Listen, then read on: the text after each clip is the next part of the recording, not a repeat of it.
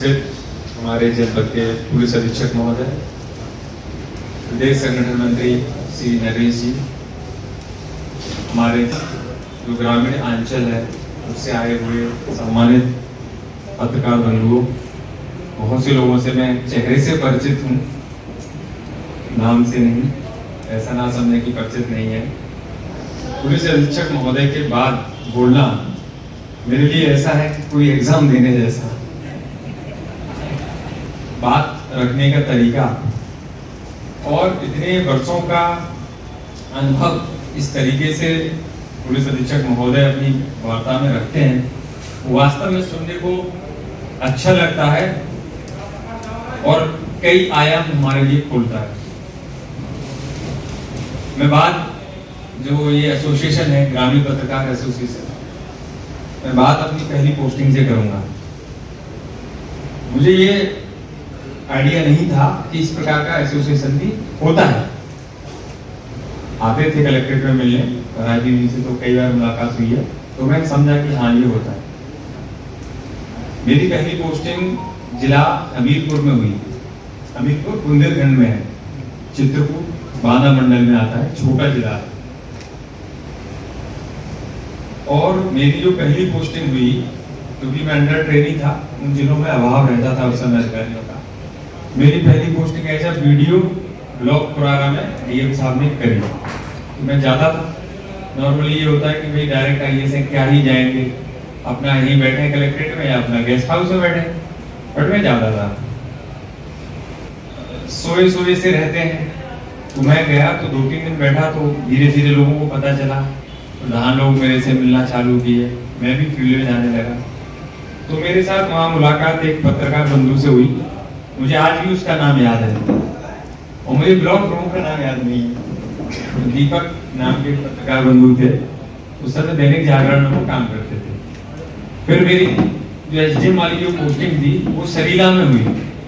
बहुत से लोग नहीं जानेंगे, क्योंकि देखिए पश्चिम की जो जिले हैं काफी चहल पहल आपको दिखती है, आपको बहुत वाइब्रेंट दिखता है। आयोजित एक शाम पत्रकारों के माननीय जिलाधिकारी महोदय, माननीय डॉक्टर नरेश पाल जी, ग्रामीण पत्रकार एसोसिएशन के जिलाध्यक्ष महोदय एवं साथियों, पत्रकारिता एक प्रोफेशन नहीं बल्कि ये सेवा है, जुनून है और नशा है। जब हम पढ़ना शुरू किए तो स्वतंत्रता संग्राम आंदोलन में पत्रकारिता का योगदान, हिंदी पत्रकारिता, इंग्लिश पत्रकारिता का इतिहास शायद मैंने नहीं पढ़ा, बहुत हो सकता है कि अलग। फर्स्ट जो हिंदी का पेपर निकला उदंत मार्तंड कलकत्ता से निकला, उसके साथ साथ अपने जो स्वतंत्रता संग्राम से जुड़े हुए सेनानी थे, उनके पास अपनी बातों को कहने का कोई साधन नहीं था। तो जब साधन नहीं था तो लेखनी के माध्यम से लोगों को जागरूक करना शुरू किया। तो एक और स्वतंत्रता संग्राम आंदोलन में जो आंदोलनकारी थे, नरम दल गरम दल, उनके ऊपर शासन और सत्ता की नजर थी, दूसरे और आपकी कलम पर।